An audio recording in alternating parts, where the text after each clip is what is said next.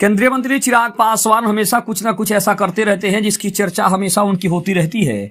चाहे वो बिहार हो या फिर बिहार के बाहर, चिराग पासवान की चर्चा हर तरफ होती है। अब आपको बता दें, केंद्रीय मंत्री चिराग पासवान से मिली दिल्ली पैरालंपिक कमेटी के अध्यक्ष पारुल सिंह अंतर्राष्ट्रीय पैरा गेम्स के लिए आमंत्रित किया गया। नमस्कार, आप देख रहे हैं आप तक न्यूज। आइए खबर को विस्तार से जानते हैं। उसके पहले चैनल पर नए तो चैनल को जरूर सब्सक्राइब कर लें।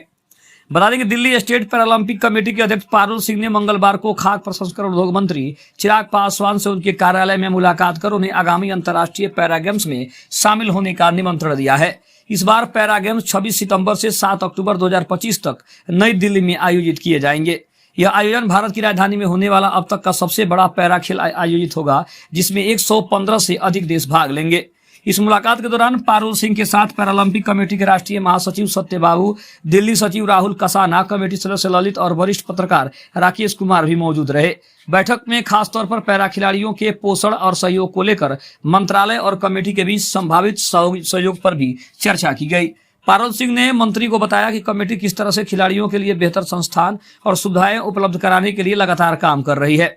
बिहार से आने वाले चिराग पासवान ने कमेटी के विजन और प्रयासों की सराहना की और कहा कि इस तरह की पहल दिल्ली के साथ साथ बिहार और अन्य राज्यों के पैरा खिलाड़ियों को भी लाभ पहुंचा सकती है। पारुल सिंह ने कहा कि हम एक ऐसा माहौल तैयार करना चाहते हैं जहां पैरा खिलाड़ियों को सही पोषण, बेहतर ट्रेनिंग और जरूरी सुविधाएं मिले। उन्होंने कहा कि मैं चिराग पासवान जी का धन्यवाद करती हूं कि उन्होंने समय निकालकर हमसे मुलाकात की और हमारे प्रयासों में अपनी रुचि दिखाई। साथ ही साथ अगर बात करें तो 2025 के विधानसभा चुनाव को लेकर चिराग पासवान आजकल सबसे ज्यादा चर्चा में है। इसके अलावा जिस तरह से पहलगाम में आतंकवादियों ने निर्दोष लोगों के ऊपर गोलियां चलाई, निर्दोष लोगों को का खून बहाया, उसके विवाद को लेकर भी चिराग पासवान जिस तरह से एक्टिव नजर आ रहे हैं, जिस तरह से पीएम नरेंद्र मोदी की सरकार के हर फैसले के साथ नजर आ रहे हैं, इससे ये साफ है कि आगामी विधानसभा चुनाव से पहले चिराग पासवान काफी आक्रामक और काफी एग्रेसिव मूड में दिखाई दे रहे हैं। दूसरी तरफ अगर हम बात करें तो सरकार के हर फैसले के साथ उन्होंने अपने आप को खड़ा किया है और ये जताने की कोशिश की है कि सरकार का हर एक फैसला उनको मंजूर है, उनकी पार्टी को मंजूर है, ताकि आने वाले समय में उनको किसी तरह की कोई परेशानी ना हो।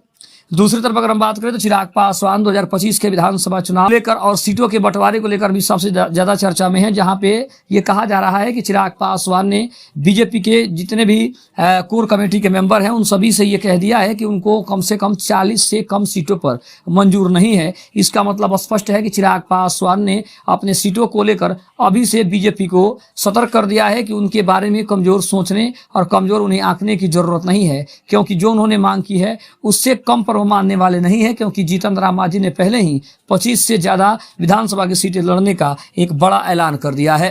दूसरी तरफ अगर हम बात करें तो लगातार नीतीश कुमार भी एनडीए के सहयोगी दलों पर तमाम तरह के दबाव बना रहे हैं और उनका भी कहना है कि उनकी भी पार्टी को कम से कम 115 से ज्यादा सीटें चाहिए चुनाव लड़ने के लिए। इसका मतलब स्पष्ट है कि अब की बार चुनाव जो है वो काफी एग्रेसिव मोड में है। दूसरी तरफ एनडीए के जितने भी सहयोगी दल हैं उन सभी दलों ने अपना अपना लक्ष्य पहले से तैयार करना शुरू कर दिया है। खबर कैसी लगी कमेंट में जरूर बताइएगा। तब तक के लिए धन्यवाद। जय हिंद, जय भारत।